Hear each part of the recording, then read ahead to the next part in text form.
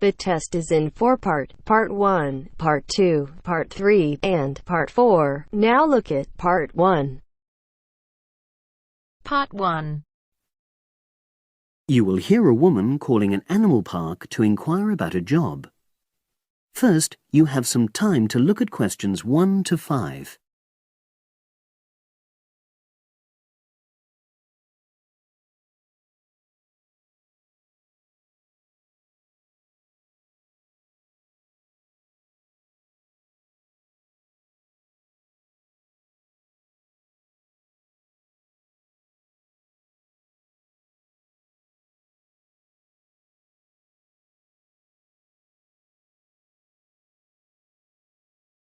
Now we shall begin.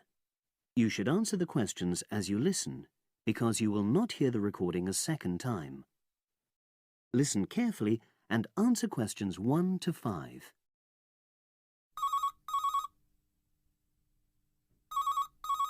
Bender's Animal Park, hello. Oh, hello. I'm ringing to ask whether you have any jobs available. What sort of work are you looking for? Is that permanent or part-time or... Actually, I'm just looking for temporary work. I'm a student. Oh, right. I'll just get a form and ask you a few questions. Then I'll pass your application on to our recruitment section. Is that okay? Fine, thank you. So, starting with your name. It's Jane Lammerton. Is that Lammerton? There's only one M in it. Oh, right. And your address? It's 42 West Lane. Right. And is that in Exeter? Yes. Okay. And can you give me your mobile phone number? 07792 430 921. Right. Now, the next thing is, when are you available to start work? I finish college on the 8th of June. That's in 3 weeks' time. But I can't start work till the 11th because I've got a hospital appointment on the 10th of June. No problem. Now, I need to ask you a few questions about the type of job that might be suitable. Do you have any particular kind of work in mind? It doesn't necessarily mean that you will get work in the field that you want, but I can record your preferences. Well, I'd do anything. And I have worked as an assistant animal keeper before, when I was still at school. But I'm studying at a catering college now, and I'd really like to get some experience as an assistant cook if possible. Right. So that's your first choice. Have you done that kind of job before? No, but I've helped my aunt sometimes. She runs a cafe in Exeter. Would you say you've got any relevant skills then? Well, I'm used to using the kind of equipment you usually find in a kitchen.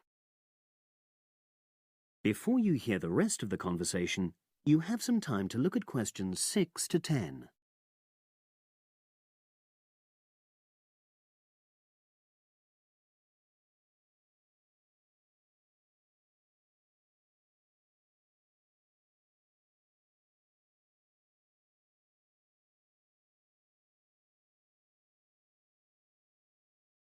Now listen and answer questions 6 to 10. Okay. And I know you're still studying, but do you already have any qualifications related to that kind of work? A hygiene qualification, for example? I haven't, no. But I've got a certificate in food handling. I did it before I decided to become a full-time student. Fine. Okay. That means you wouldn't need any specific training if you did get the kind of work you wanted. But you'd have to do a short course on first aid. All our new employees do that. It just takes half a day, and most people find it generally useful. Oh, yes, I'm sure it is. Well, that's about it, really. Just one last thing. Can you give me the name of someone who would give you a reference, like a previous employer or... Oh, yes. You can put Dr. Ruth Price. Okay. Is that one of your college lecturers? She's my college tutor. She's known me for over 2 years, and I'm sure she wouldn't mind. In fact, she's given me a reference before. Fine. We'd probably contact her by phone. Do you happen to know her number? I've got it on my phone, yes. It's 0208 685 114. That's a landline. Good. Well, as I say, I can't promise anything, but I'll pass your application on, and you should hear in a few days. Is there anything else? Just one thing. I suffer from a particular type of colour blindness, and sometimes employers have to make special arrangements for that. Okay, I'll make a note of that. It won't be good that you've made us aware of it. You can provide us with more details if you're offered a job. Okay. Thanks very much. Bye. Bye. That is the end of part 1. You now have half a minute to check your answers.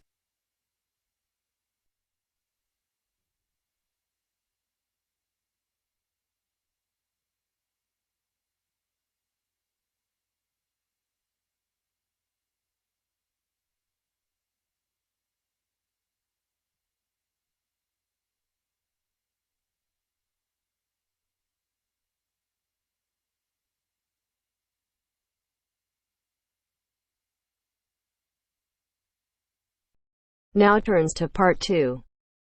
Part 2. You will hear 2 engineering students, a woman in her 6th year called Linda and a man in his 5th year called Matthew, discussing the benefits of student work placements. First, you have some time to look at questions 11 to 16.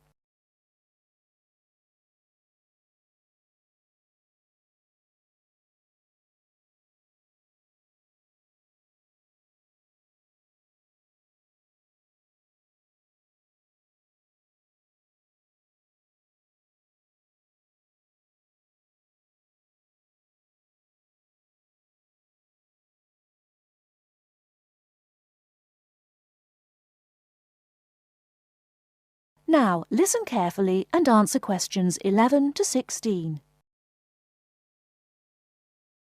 Hi, Linda. Can you spare a few minutes?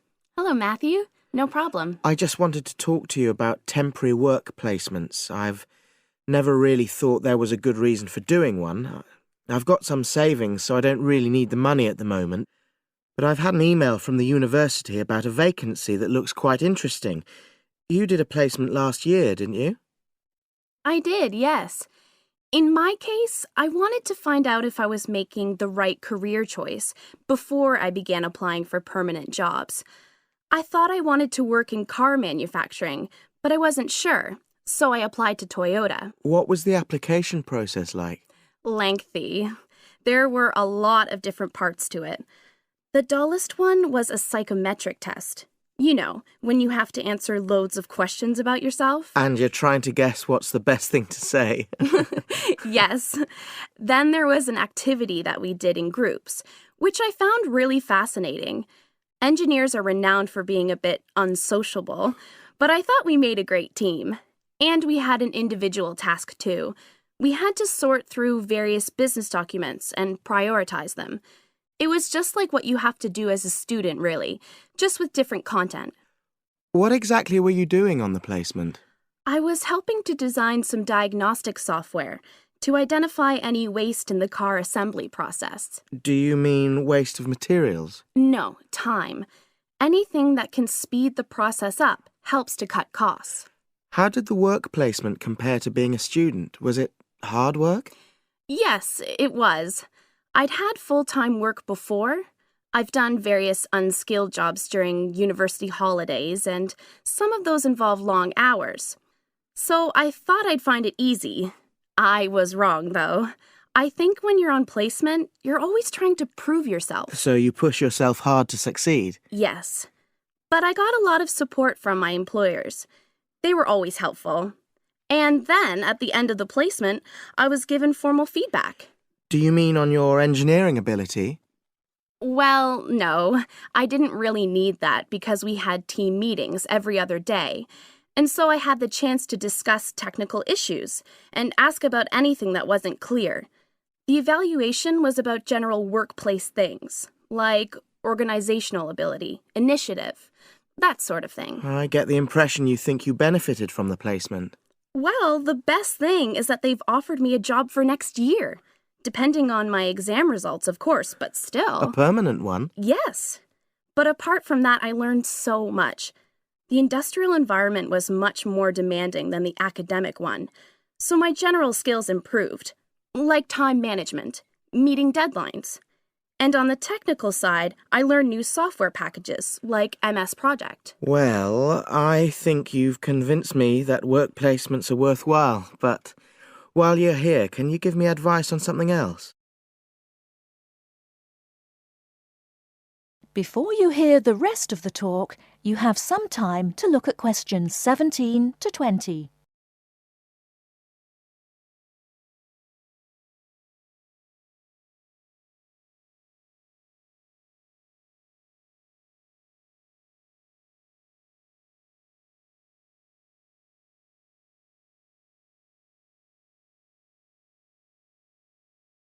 Now listen and answer questions 17 to 20. I'm about to make a start on the engineering materials module, and I've got a book list here. Can you have a quick look and tell me what you would recommend? That's if you can remember. Let's see. I do remember some of them. Yes, this one, The Science of Materials. I found the subject quite hard generally, but this book is very accessible, so it suited me. It doesn't cover everything, though. What about this one then, Materials Engineering? Oh, yes. I do remember that. But it's a bit out of date now, isn't it? Unless it's a new edition. I don't think so. But what I liked about it were the pictures. They really helped to understand the descriptions. It's useful just from that point of view. Let's see, what else? Oh, yes, that one there, Engineering Basics. I think out of all these, that's got the widest coverage. But I've looked at the contents page and it hardly mentions nanotechnology. Yes, you're right. The Evolution of Materials does, though. It's a recent publication, so it covers all the latest developments. It's a bit thin on the 1960s, though, and that decade was quite important. Well, it sounds as if they all complement each other in some ways. I don't suppose you can lend me... That is the end of part 2. You now have half a minute to check your answers.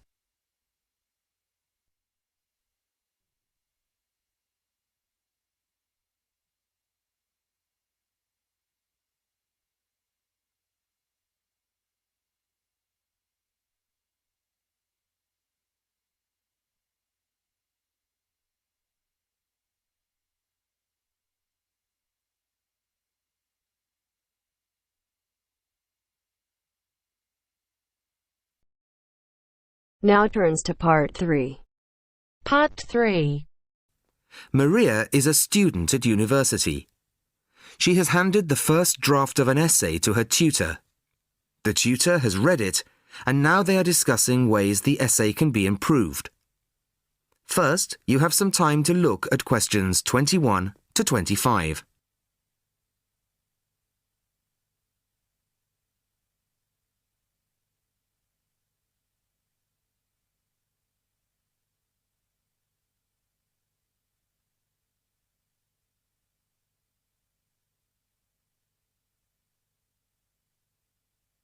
Listen carefully to the first part of the conversation and answer questions 21 to 25.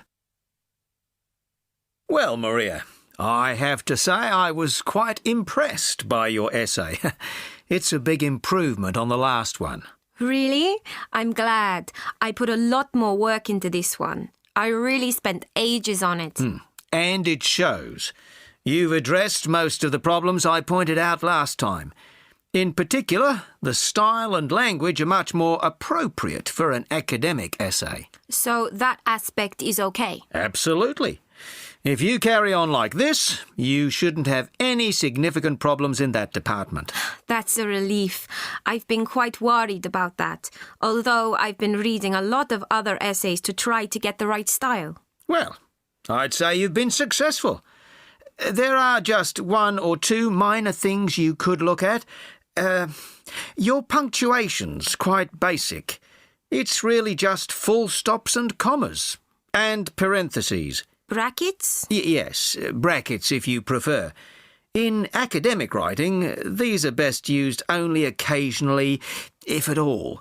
You use them rather too often. Okay, I see. And I'm sorry to mention it, but your spelling. I know.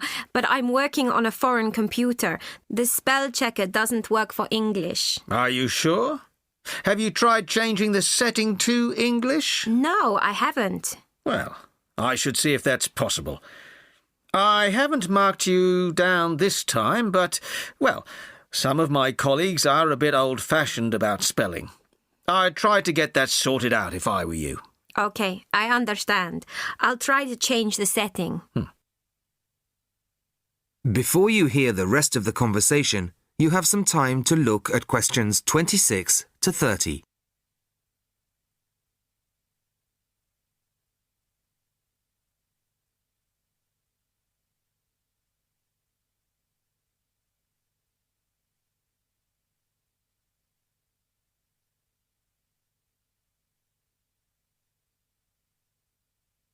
Now listen and answer questions 26 to 30.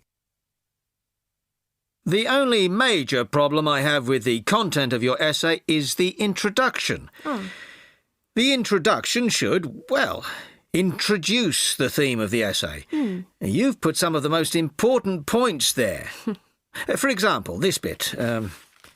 The statistics about the growth of railways in the 1850s. That really should go in the main body of the essay. And so should this paragraph about changes in patterns of employment. In general, I'd say your introductory section should be no more than half as long as it is at the moment. Okay. And I should move those points forward? Precisely. And going back to the railways, they're one of the most significant factors for change in this period.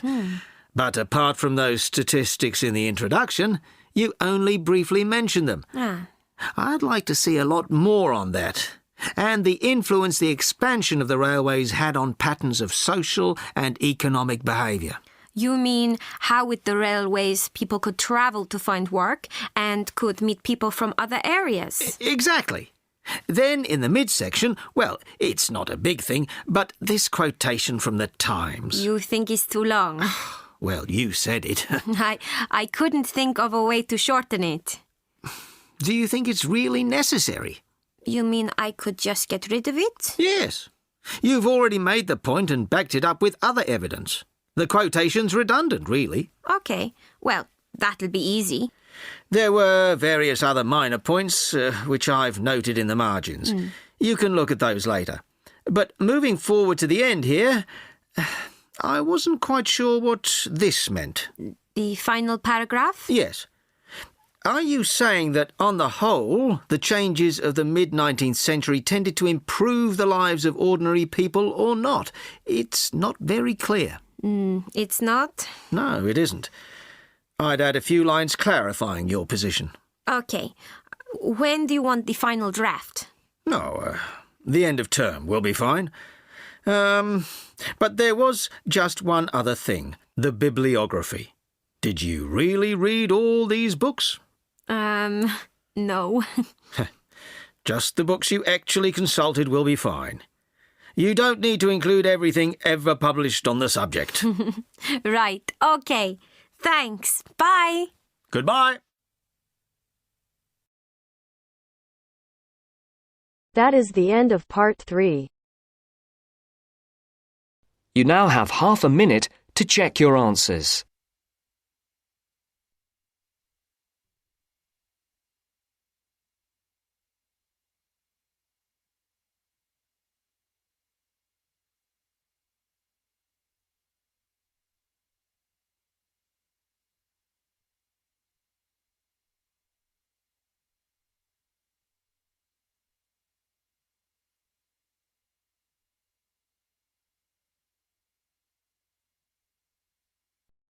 Now turns to Part 4.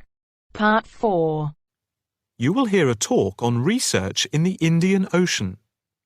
First, you have some time to look at questions 31 to 40.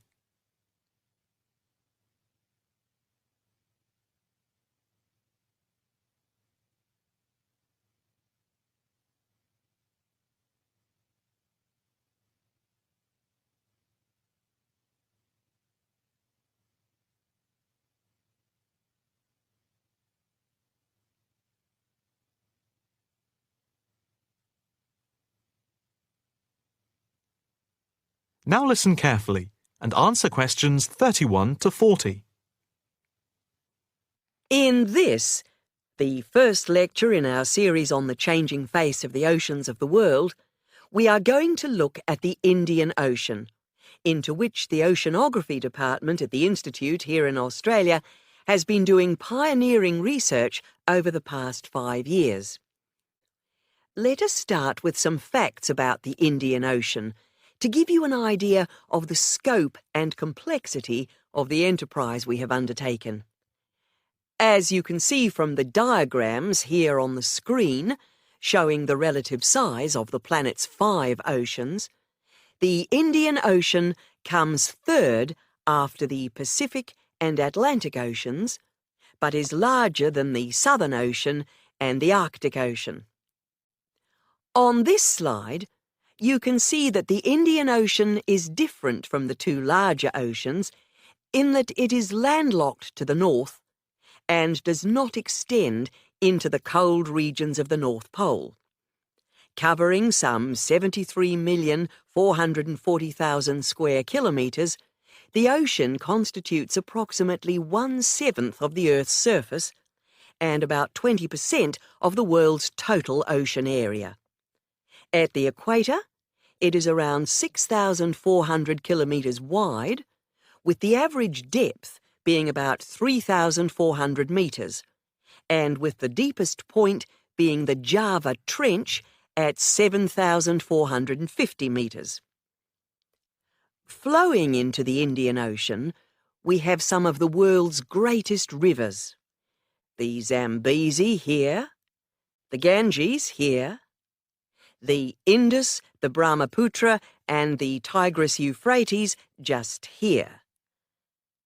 The 2 largest islands in the Indian Ocean, Madagascar, here off the coast of Africa, and Sri Lanka, here off the southern tip of India, are structurally parts of the continents of Africa and Asia, while islands like the Seychelles are exposed tops of submerged ridges. The Maldives are low coral islands, and Mauritius and Réunion are volcanic cones. The surface waters of the ocean are warm, except where the ocean touches the cold waters to the south. A network of scientists, mainly oceanographers and meteorologists from around the world, are monitoring changes in the ocean's temperature and acidity, especially where it meets the Southern Ocean, in order to see how global warming is having an effect on the waters there.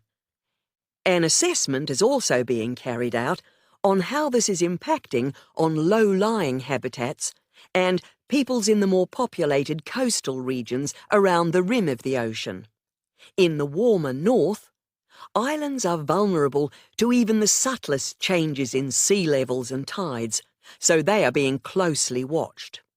Moreover, a close eye is being kept on wind changes, especially alterations to the monsoon rains, typhoons, cyclones, and any other natural phenomena.